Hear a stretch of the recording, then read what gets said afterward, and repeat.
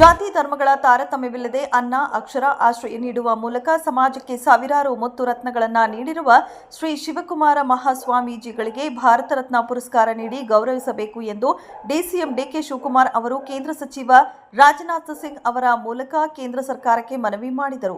ತುಮಕೂರಿನ ಸಿದ್ಧಗಂಗಾ ಮಠದಲ್ಲಿ ಮಂಗಳವಾರ ನಡೆದ ಶಿವೈಕ್ಯ ಡಾಕ್ಟರ್ ಶ್ರೀ ಶಿವಕುಮಾರ ಸ್ವಾಮೀಜಿಗಳ 118ನೇ ಜಯಂತಿ ಹಾಗೂ ಗುರುವಂದನಾ ಕಾರ್ಯಕ್ರಮದಲ್ಲಿ ಡಿಸಿಎಂ ಡಿಕೆ ಶಿವಕುಮಾರ್ ಅವರು ಕೇಂದ್ರ ಸರ್ಕಾರಕ್ಕೆ ಮನವಿ ಮಾಡಿದರು. ಸುಮಾರು 15 ಕೋಟಿ ರೂಪಾಯಿ ಮೌಲ್ಯದ ಚಿನ್ನ ಕಳ್ಳಸಾಗಣೆ ಪ್ರಕರಣದಲ್ಲಿ ಬಂಧಿತರಾಗಿರುವ ಕನ್ನಡದ ನಟಿ ರನ್ಯಾ ರಾವ್ ಅವರು ಮಂಗಳವಾರ ಜಾಮೀನು ಕೋರಿ ಹೈಕೋರ್ಟ್ ಮೆಟ್ಟಿಲೇರಿದ್ದಾರೆ. ಈ ಹಿಂದೆ ಜಾಮೀನು ಕೋರಿ ನಟಿ ರನ್ಯಾ ರಾವ್ ಸಲ್ಲಿಸಿದ ಅರ್ಜಿಯ ವಿಚಾರಣೆ ನಡೆಸಿದ 64ನೇ ಸಿಸಿಎಚ್ ಕೋರ್ಟ್ ಅರ್ಜಿ ವಜಾಗೊಳಿಸಿ ಆದೇಶ ಹೊರಡಿಸಿತ್ತು. ಇದಕ್ಕೂ ಮುಂಚೆ ಆರ್ಥಿಕ ಅಪರಾಧಗಳ ವಿಶೇಷ ನ್ಯಾಯಾಲಯ ರನ್ಯಾ ರಾವ್ ಅವರ ಜಾಮೀನಿನ ಅರ್ಜಿಯನ್ನು ವಜಾಗೊಳಿಸಿತ್ತು. ಇದೀಗ ರನ್ಯಾ ರಾವ್ ಪರ ವಕೀಲರು ಜಾಮೀನು ಕೋರಿ ಹೈಕೋರ್ಟ್ಗೆ ಅರ್ಜಿ ಸಲ್ಲಿಸಿದ್ದಾರೆ.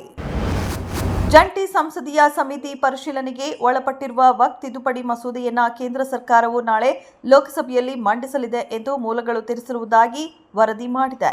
ಲೋಕಸಭೆಯಲ್ಲಿ ವಕ್ಫ್ ತಿದ್ದುಪಡಿ ಮಸೂದೆ ಕುರಿತಾದ ಚರ್ಚೆಗೆ 8 ಗಂಟೆಗಳ ಸಮಯ ಮೀಸಲಿಡಲಾಗಿದೆ. ಜೊತೆಗೆ ಬುಧವಾರವೇ ಲೋಕಸಭೆಯಲ್ಲಿ ಮಸೂದೆಯನ್ನು ಅಂಗೀಕರಿಸಿ ಮರುದಿನ ರಾಜ್ಯಸಭೆಯಲ್ಲಿ ಮಂಡಿಸಲು ಸರ್ಕಾರ ಸಿದ್ಧತೆ ನಡೆಸಿದೆ. ಉತ್ತರ ಪ್ರದೇಶ ಸರ್ಕಾರದ ವಿರುದ್ಧ ಸುಪ್ರೀಂ ಕೋರ್ಟ್ ತೀವ್ರ ಅಸಮಾಧಾನ ವ್ಯಕ್ತಪಡಿಸಿದೆ.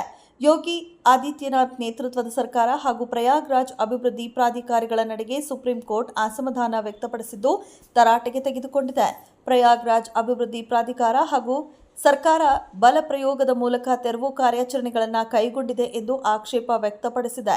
ಮನೆ ಕಟ್ಟಡ ಉರುಳಿಸುವಿಕೆ ಕಾರ್ಯಾಚರಣೆಯ ವಿಷಯವಾಗಿ ಸುಪ್ರೀಂ ಕೋರ್ಟ್ ಈ ಅಭಿಪ್ರಾಯ ವ್ಯಕ್ತಪಡಿಸಿದ್ದು ಸರ್ಕಾರದ ನಡೆಯನ್ನ ಅಮಾನವೀಯ ಅಕ್ರಮ ಎಂದು ಹೇಳಿದೆ.